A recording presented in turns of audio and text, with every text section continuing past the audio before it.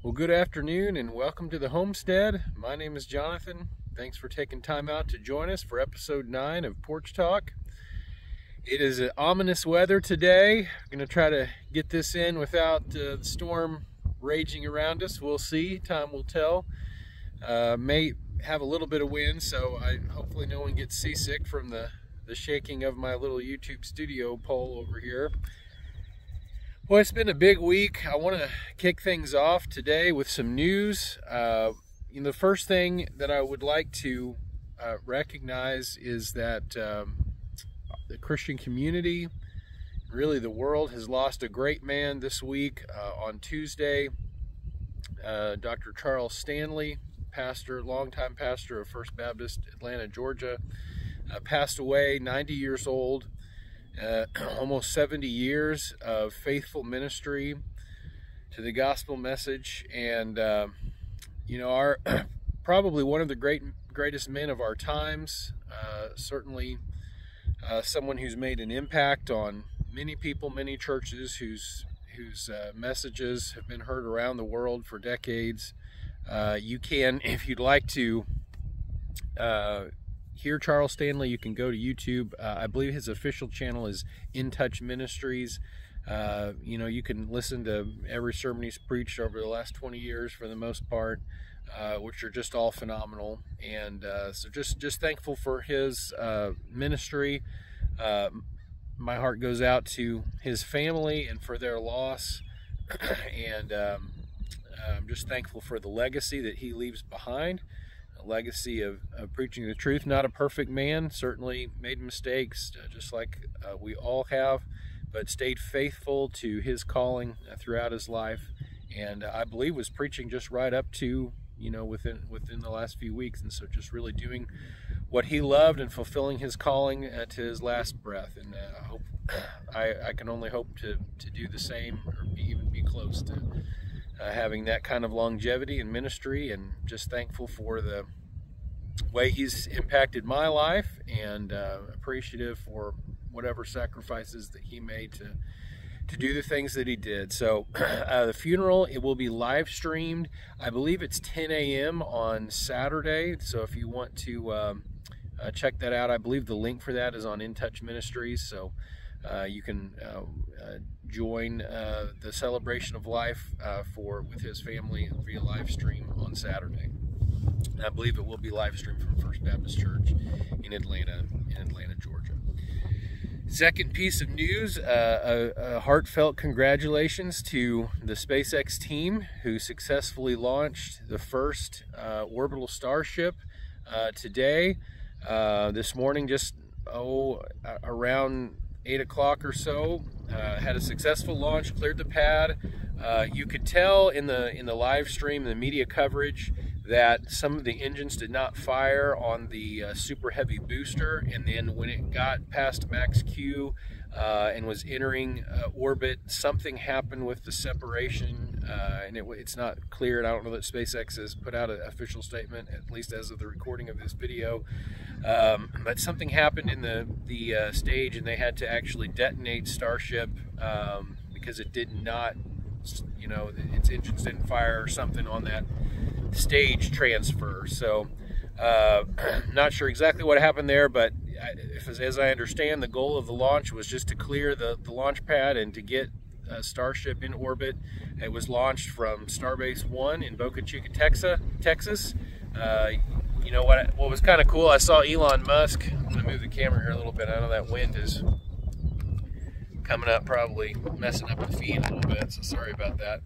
Elon Musk was sitting there, and one of the things I like about Elon is that he wasn't in a suit and all, just trying to give the media a line. He had his headset on, he had his flight jacket on, and he was just with the team sitting there at mission control, just working through the launch, and seemed kind of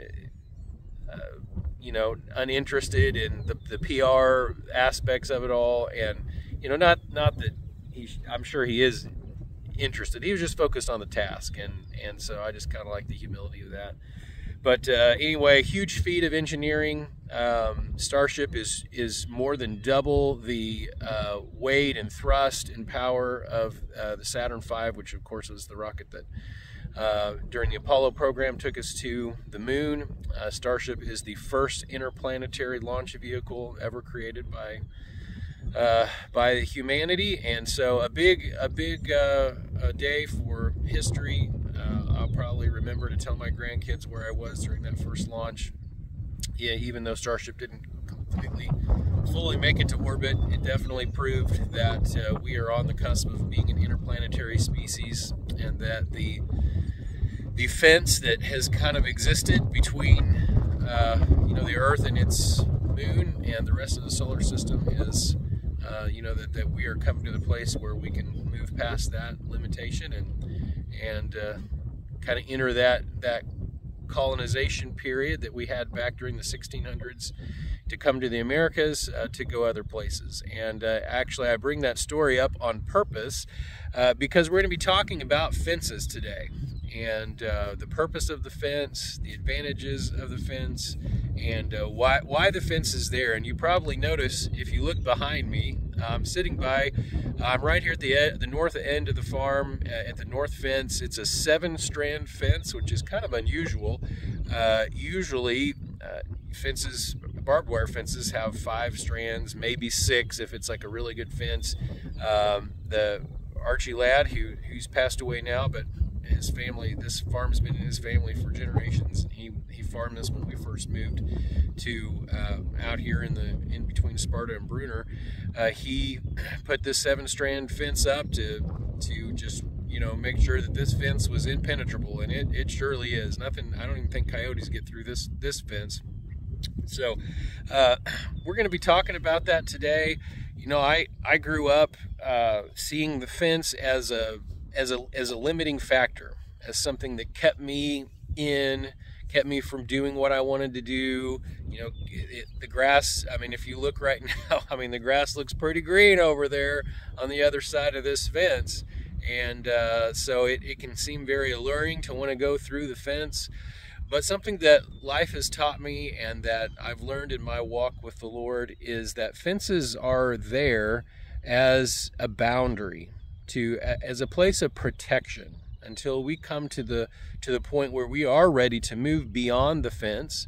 And some fences are there permanently, as a boundary to say there's never a good reason to go past this fence, that this fence is here as a protection for you. And it's hard to see that when you have the perception that the fence is limiting, it's hard to see the value of it as a good thing, as a positive thing, as a protecting thing. And so that's what we're going to be talking about today.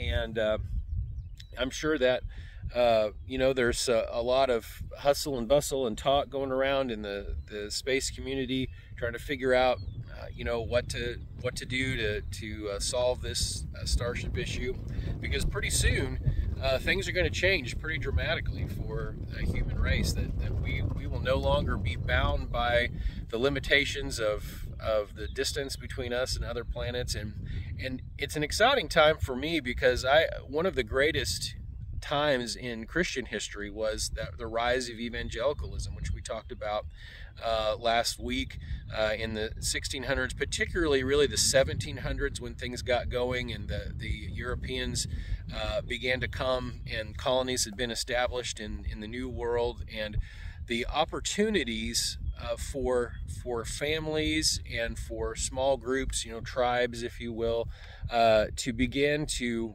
rediscover what it could be like to be a church, to live in a Christian community, to not be under the tyranny of previous institutions and governments that put limitations upon the church and limitations on worship, and told people how they should believe and why they should believe it and when to believe it, and to pay in order to believe it, and so it was a pretty exciting time, certainly a dangerous time.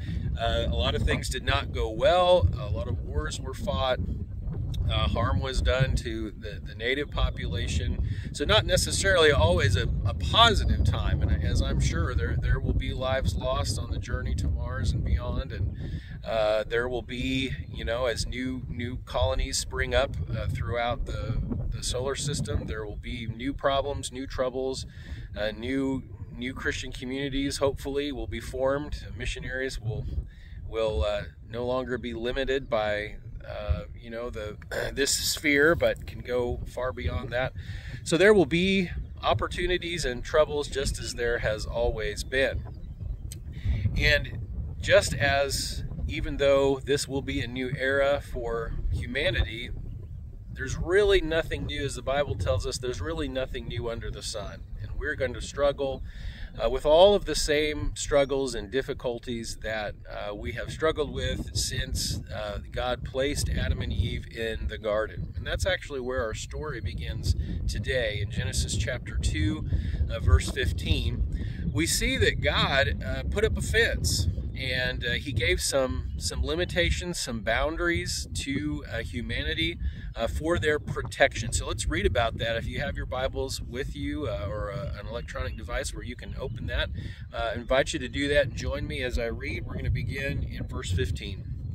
It says, "The Lord God took the man and placed him in the Garden of Eden to work it and watch over it. And the Lord God commanded the man, 'You are free to eat from any tree of the garden, but you must not eat from the tree of the knowledge of good and evil. For on the day you eat from it, you will certainly die.'" So God created, an incredible universe to discover, to look at, to be a mystery, to give clues about who he is. And I think one of the things, a lot of people kind of have asked the question since the dawn of civilization, why did God create such a vast universe? Well, that's obviously the answer to that is very subjective at this point. For us to fill it, for us to discover new places, and of course, we see in multiple places in the Old Testament that one of the commands that God always gave was to spread out and multiply. So that certainly could be the case. I think another reason for that is that for us to truly understand the enormity of God, when we see the enormity of creation and we understand concepts like light years and black holes and gravimetric disturbances all throughout the known, our Milky Way galaxy, the orders of magnitude of power and of just sheer vastness of space and time is just so overwhelming that the mind really can only begin to comprehend it. And that is lesser than the scope of who our Creator is, of who God is, who created all of those things. Because obviously, you as a creator, what we see in our small little globe is that you have to be orders of magnitude more mighty than your creation. So just imagining the scope of who God is just absolutely mind-blowing. And so I think creation speaks to that. At least to me, it speaks to that. It speaks to the enormity of God and the power of God, the sovereignty of God, the omnipotence of God, the omnipresence of God. I mean, all of those theological things that we might bring to bear to try to understand the scope and the magnitude of that. You can walk out here.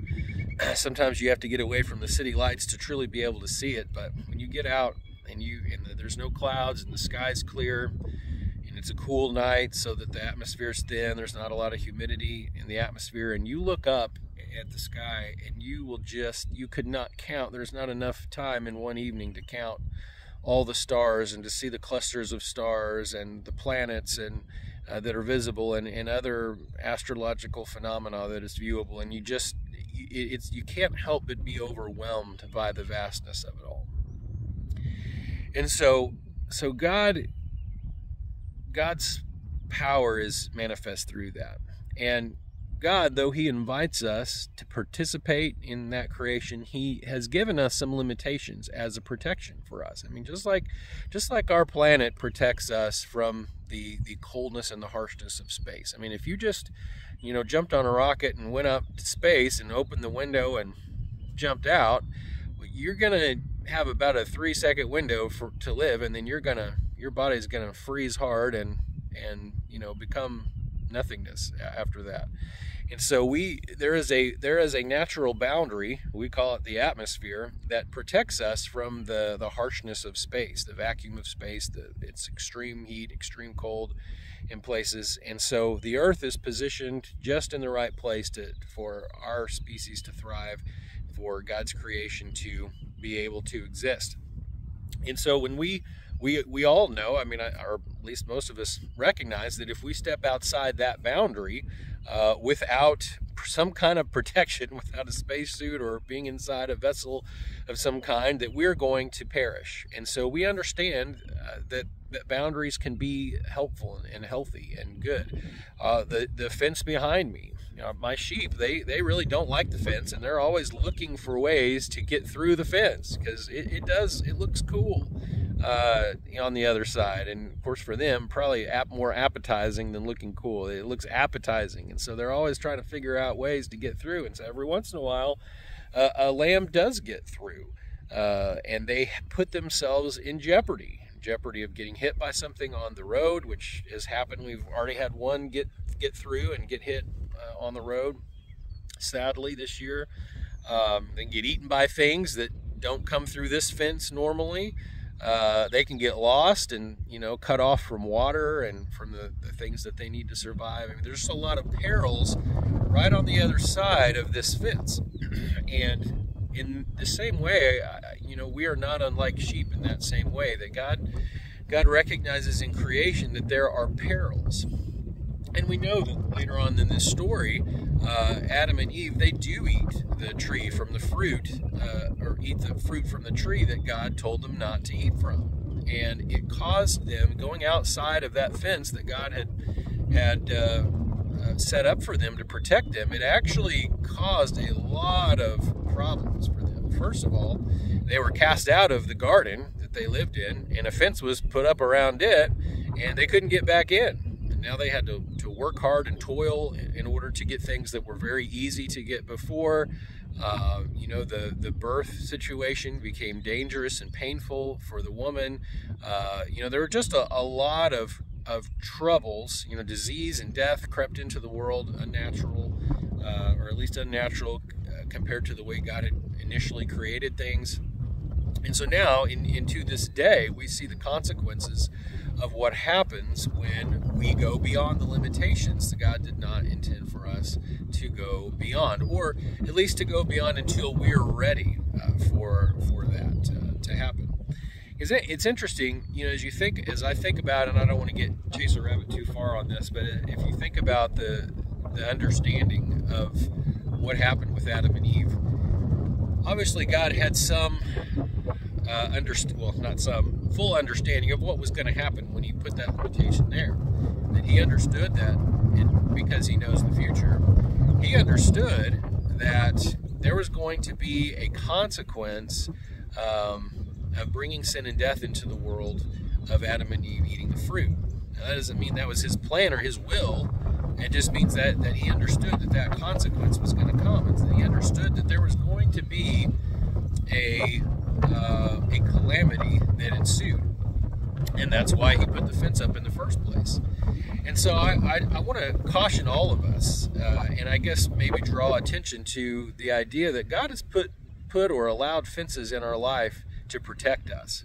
And that sometimes, we've got our wire cutters out, we're trying to cut the fence, or we're trying to push through the fence, we're trying to jump over the fence, trying to crawl under the fence, and all that time we're doing that, it's to our own detriment. That fence is there to help us. Just like the toddler, when they are 2 or 3 years old, sometimes you put up those little gates to keep them away from things that are dangerous. Maybe away from stairs, or just away from tools or equipment, or electricity. You put the plastic little outlet cover things in the outlets to keep them from grabbing a fork and sticking it in the outlet and electrocuting themselves.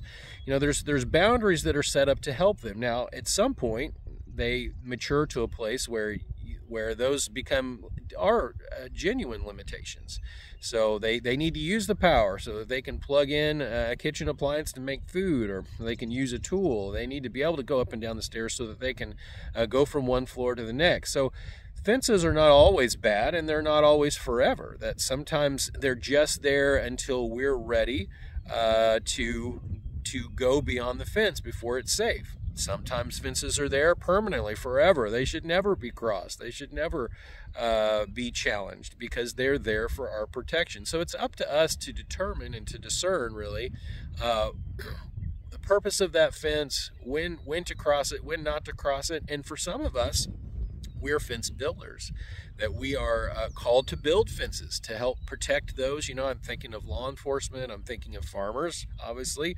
I'm thinking of pastors and parents who are in a place where they need to erect a fence. They need to put a fence up so that it can be there for protection. And so it's important for us to explore that, to understand that, and to value and to perhaps even and I don't want this to be misunderstood, but to have a healthy fear of the fence. As we know in the scriptures, teach us that the fear of the Lord is the beginning of wisdom. It's not the end necessarily. It's not the whole, it's not the whole story about God. I mean, obviously, God, God's not given us a spirit of fear. We see in the New Testament, He's commanded us to be courageous and to be bold and to go out and be more than conquerors. So understanding the time where we should have a healthy fear of the fence, and understanding when it's time to go beyond the fence, is a part of that spiritual journey that we all have. And it's a part of becoming spiritually mature, of growing spiritually. SpaceX isn't out there just haphazardly, throwing parts together and fuel and stuff up and lighting a match and flying it off. They're taking a lot of time to do environmental studies and safety studies and to test the materials. They spent years doing this, and all of that testing and preparation is out of kind of a healthy sense of fear, a healthy sense of understanding, what can happen when things go boom. And so it's important, they've seen the value of approaching the limitations of gravity and thrust and all the materials that they use, so that eventually they can safely cross that barrier and, go into the undiscovered country and to begin to explore even more of God's creation, which I know for some people, they could care less. It's not interesting to them. That's fine.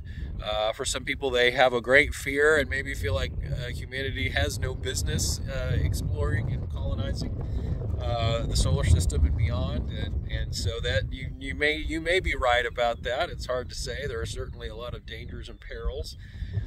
But many of you are, that have that pioneering, courageous spirit, that you're ready to push the boundaries of this world and move on to others. And again, I'm not sure, it's unclear, probably, and probably not the case that there is a right or wrong in that pursuit, but there is a morality and a right way to approach that, for sure. Just like there is a right way to approach all the boundaries in our life, to understand which of those are things that are there for our protection, that we are not to cross, which of those are when it's time to put a gate in the fence so that we can move past it, and also when it's time to put fences up. And a great example of putting fences up in our life is when we protect ourselves from the temptations of sin. I think that's one of the most important things that we can do as believers. And if truthfully, if Adam and Eve had placed a fence, had put some protection up to prevent them from giving in to that temptation of eating the fruit from the tree, that perhaps they would have not, I guess it's hard to say human nature would not apply. I think it would, but certainly they may have had a better result in putting a fence up between them and that temptation. Of course, we can ask all day long, well, why did God not put a fence up around the tree? Why did He allow them access to it? We can debate that and discuss that, and it's an important discussion. but probably the outside of the scope of the point that we want to make today, or what the Lord's put, at least on my heart, to share today. So that certainly is an important conversation, but we'll table that. But to understand, though, that when we put fences up in our life, or barriers to protect us from danger, that can be a very wise thing. You know, there's a reason why there are doors on our houses. There's a reason why there's doors on your car. Because you want to have control over who has access to those things. You know, is it bad to go in your house? No. Is it bad to have a friend come and visit? No. But you don't want the wrong person to come and visit at 2 a.m. that wants to harm your family or steal from you. And so you've put that barrier up to give you control over who's coming in and out of that, you know, quote unquote fence, or that perimeter, that barrier. And so as we look at this warning, let's try to understand a little bit more about why God has cautioned Adam and Eve, or restricted them. He says, you're free to eat from any tree, but you must not eat from the tree of the knowledge of good and evil. And he's generous to go on and explain why. And he says, for on the day that you eat it, you will certainly die. And so that truth is set there, that if you eat from this tree, you're going to die. And empirically, let's take a moment and examine that. Was that true? Yes, it absolutely was true. From that point on, the DNA, the genetic material of humans, and really of all life on Earth, has a limitation, that eventually your cells stop dividing correctly and you die from disease, old age, whatever it is, cancer. Your body stops being able to produce itself. That's why reproduce itself correctly. That's why I have gray hair and my hairline is receding a little bit back there. I guess I won't complain for my age, but that's why my eyesight's not quite as good, my hearing's not quite as good, not quite as spry. I'm about as strong as I ever was. In fact, my last year, after I had my shoulder injury and I was lifting weights and training with my two younger sons, who were very large and very strong, I had my biggest deadlift of my life, or largest weight anyway. So, you can fight, you can struggle against that, you can, delay the inevitable for a while, but eventually age takes us all. And so we do as humans, we have a limited time on earth, and really not only God was speaking not only to the physical death, but really to spiritual death, that it introduced into the soul of humanity the potentiality of being cast into the lake of fire once we die, and once time comes to an end and Christ returns and we all stand before him. And make no mistake, that will happen. No matter how far humanity spreads out into the universe, we will all die, and we will all stand before God and give an account of our life and the things that we've done and the decisions that we have made. And when that time comes, we will either experience eternal life with God, for those that have confessed their sins and have turned towards Christ and accepted him as Lord and Savior of their life, or we will spend eternity or perish in the lake of fire as a consequence of really what happened here in our story of Adam and Eve deciding that they knew better than God, and deciding that they wanted to take the risks of going beyond the fence and of going beyond the boundaries of what God had set out in their life. And so as a result of that, and a result of their decision, we are all suffering from that. And that's a good side, if there's anybody out there taking some notes, even if they're just mental notes, that's a good understanding for us to have, is that our sin doesn't just affect us, that it affects the people around us. It is like a cancer, like a virus, like a toxic gas, that it expands beyond us, beyond the boundary of our life, and it affects other people. And that is one of the worst tragedies of sin, and of not respecting the fence that God has put up in our life. And so he says, one day you will, if you eat from it, you will certainly die. And so we understand that there are consequences of going beyond the boundaries that God sets up in our life. So I would like for you to just take a moment and think about that in your life. What are some of the fences that God has placed in your life to keep you from getting into a situation that is undesirable. I'll kind of share, perhaps from my personal experience, some of the fences that God has put up in my life that have been very beneficial. Let's start there with those that have been really, really helpful. One is, I'm a married man. I've been happily married for almost 26 years. We'll celebrate our 26th wedding anniversary this year here in just a few weeks.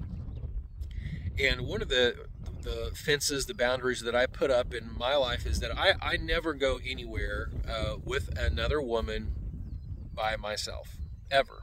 Like ever. There's just never a reason that I would do that.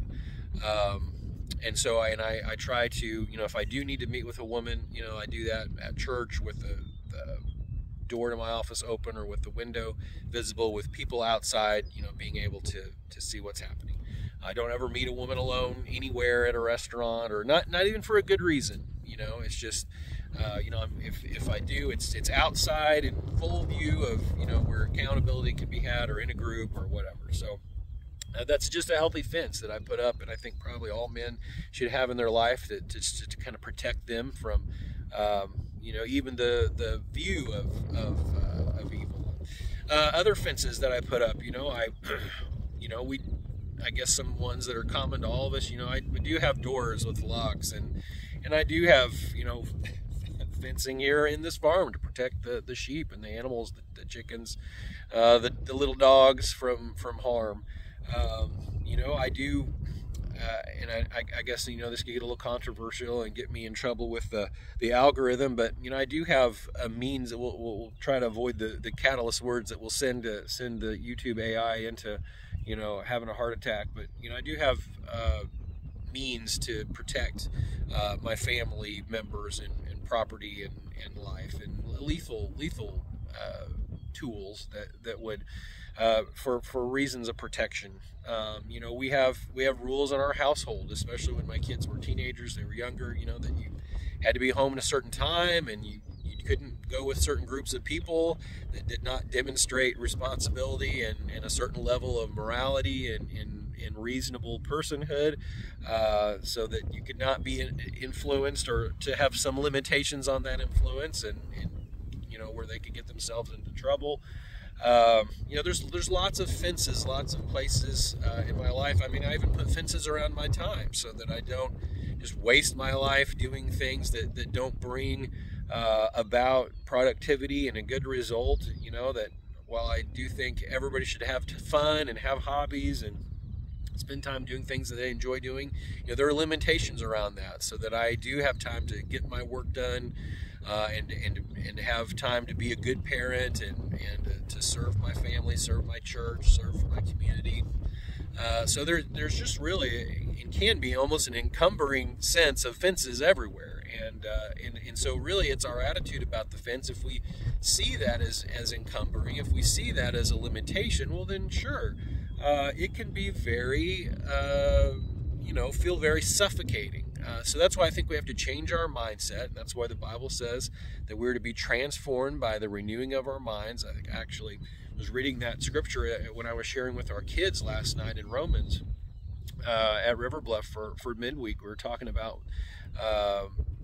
they've been talking about the spiritual disciplines, and so last night we were talking about worship and how we worship God as a living sacrifice, and how that requires us to be transformed by the renewing of our mind. And when that happens, I think we begin to see the fence as there to protect us, and it can become very freeing.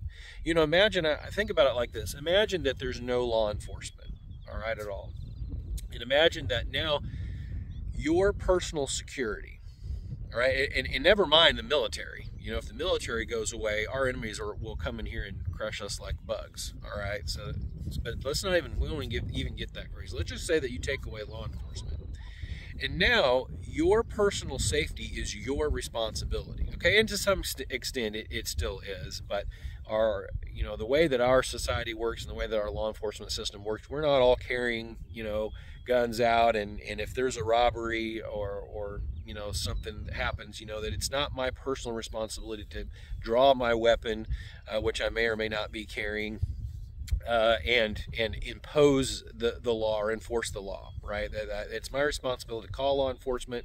Perhaps I have a responsibility while I'm waiting for that law enforcement to arrive, as a good citizen to do something. I mean, if there's an active shooter situation at church, and let's say it happens at a time when our safety team's not there, and law enforcement isn't on the way, and there's somebody rampaging through the church.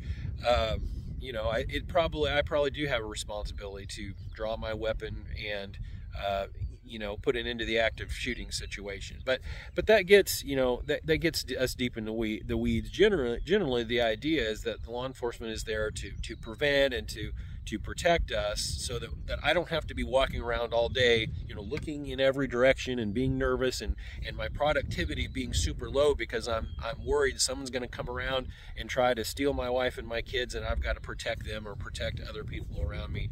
That I'm not having to live in that kind of a situation, and so that law enforcement acts as a fence in my life, so that I can enjoy that high productivity and not having to worry about constantly being on guard and having my rifle and slung over my back, and having to be on patrol all the time of my life. And so what a blessing that is. I'm so thankful for law enforcement, and thankful for that opportunity that I have to sit out here in peace in the field, even though I might have to protect myself, probably because there's law and order, and that subdues to some extent people's ability and desire to cause harm and to do harm.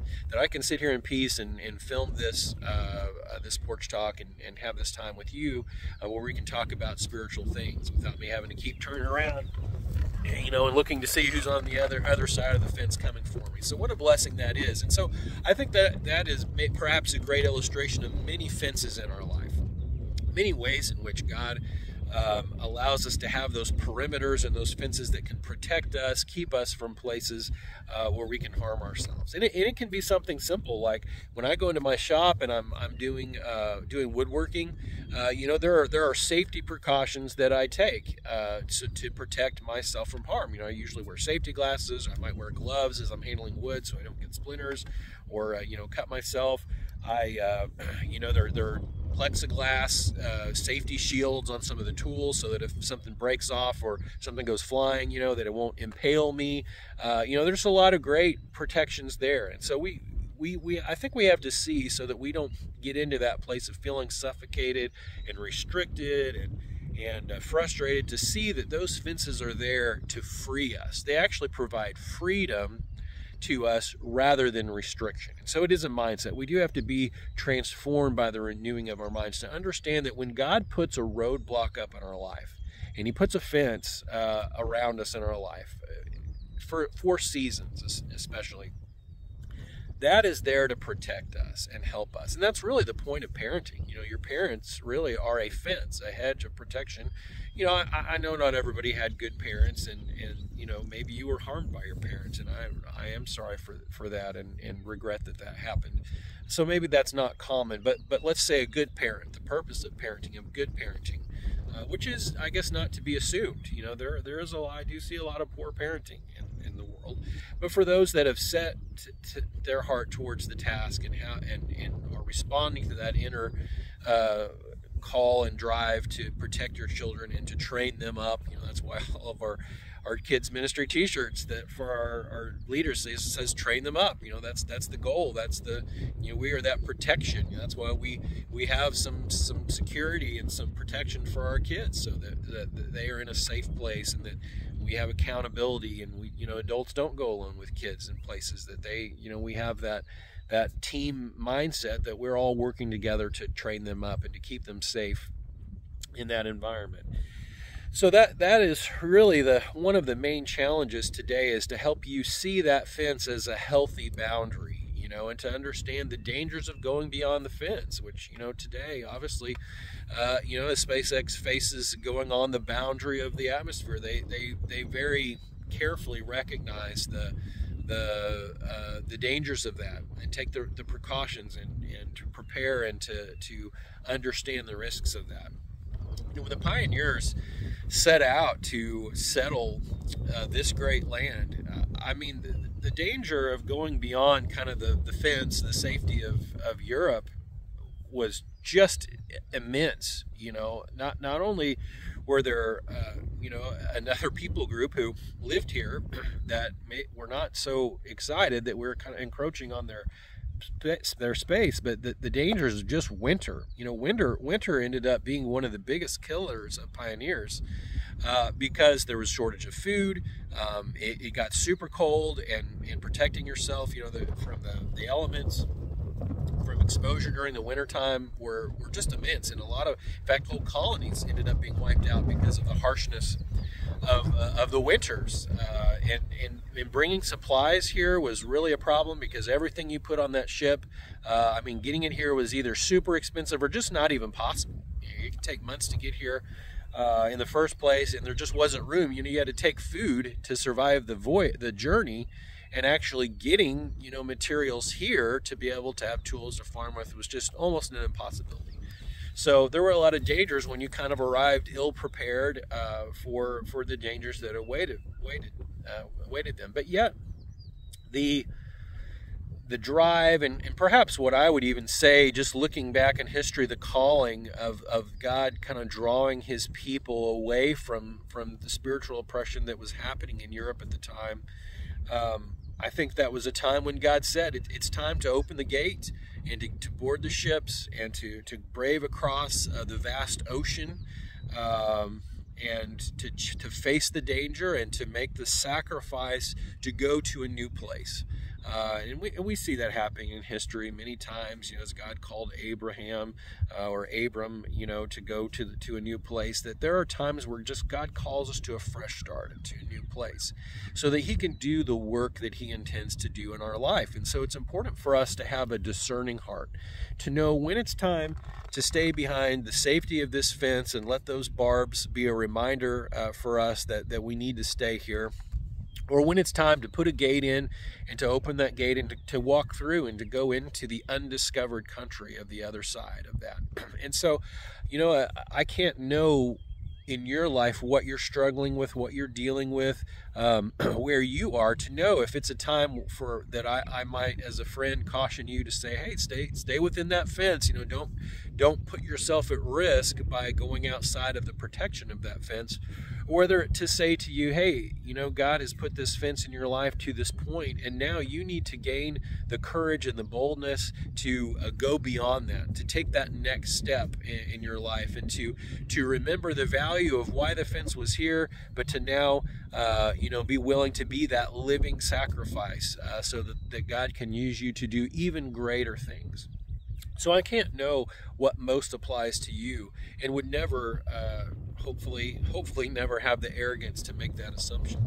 But what I can do is share from God's word, to share what is viewable to us in nature, and what we can understand is that God is a powerful God. He has a specific plan for us. He's given us specific calling and direction in our life, and that we have to be able to be in a place where we can respond to that, and to know how God is moving, to know what calling is upon our lives, and what moves are next for us. And I probably would. I am a cautious person. I like to be prepared. I like to approach things with humility, and that is mostly because I've been burned by trying to be too fast or too arrogant, or to get too crazy on, oh yeah, it's time to do this or that. So life has taught me some humility, to approach the fence with humility. And so I think that probably for many of us that is a good word today, to approach the fence with humility. But really to recognize that the fence is not bad. It's not restrictive. It's not there to make your life miserable, or to keep you from moving on to the greener pastures that God might have to you. So remember, the Bible says in Psalms 23, that He, the Lord, He makes us to lie down in green pastures. It's His plan for us to enjoy the good things of the world and of the universe has for us, and to participate in those adventures, and to be everything that we can be, and to be fulfilled in how God's placed us and called us. But at the same time, to remember that there are dangers in the world. That death was the consequence of Adam and Eve eating the fruit from the tree of knowledge of good and evil. And that consequence still exists today. That danger of death still exists today. And, if you are not sensitive to that truth, just go talk to somebody who's lost a loved one recently to an accident, or who was murdered, or who even just experienced the natural, I'm sure Dr. Charles Stanley's family today, who's mourning his loss, they are reminded of the harshness of that consequence, that we do surely die, that the as my dad says sometimes, he quotes some humorous news article or something he read years ago, that the mortality of the human race is 100%, that we will surely die. I guess technically it's like 99.99%, because there were a few people that the Lord took on. But I mean, in a sense, they still died, because their flesh, who they were as a physical mortal person ended. So I guess in a sense they still were under the curse of sin and death. And so as long as that is the case, until Christ returns and he creates a new heavens and a new earth and a new reality for our souls, that part of us that goes beyond the flesh, to live on and to come into that time period, until we get to that place, that the reality of the law of sin and death is one that we must respect. We must respect the fence, and to recognize that the fence is often there for our protection, and that it is there to help us have parameters and boundaries in our life, so that we can have a measure of safety. There is no safety. There is no, as we've learned recently, in the financial system, a lot of times we think, oh, this investment is safe, or if, even just if I bury my gold in the yard, if I hide dollars in my mattress, if I put it in the bank, if I buy stocks, if I buy Bitcoin, whatever it is, there's always a risk to everything, even owning property. Whatever the most safe investment you could think of in your mind, there's still risk, there's still danger, there always will be. There's no choice that you can make that will completely protect you from trouble. So I think we have to just recognize that, but to understand that even that's the case, that God has offered us protections. He has offered us a measure of safety, the best safety that we can have in a world where the law of sin and death applies. And so I want to challenge and encourage you and to kind of leave on that note today, to leave on that understanding. That God has offered that safety, and that all really we have to do to be able to live in that, and to live in the blessing that God offers, even in spite of the hardships of life, is just to accept that truth, to reach out and take it, and to be willing to live by faith, not by belief, but alone, but by faith, to make decisions, and for the actions that we perform in our life to reflect that belief, and to reflect who we believe God is, and that we believe his promises, and that we either take the caution, and that we step back and we wait patiently on the Lord, as we've discussed in other Porch Talks, or whether we go forward in boldness, recognizing that God has not called us to a life of being average or sedentary or apathetic or complacent, but he's called us to a life of boldness. He's told us to take courage, and we just need to have the faith to be able to do that. Well, thank you guys so much for being a part of our discussion today. I hope this has been a blessing to you. Please make sure to like, comment, subscribe, click the notification bell if there was something that was helpful for you today. Look forward to next Thursday. Next Thursday will be the season finale, the final episode for this season of Porch Talk. So come join us again next Thursday at 4 p.m. I wish God's richest blessings on you. Hope to see you soon. Take care.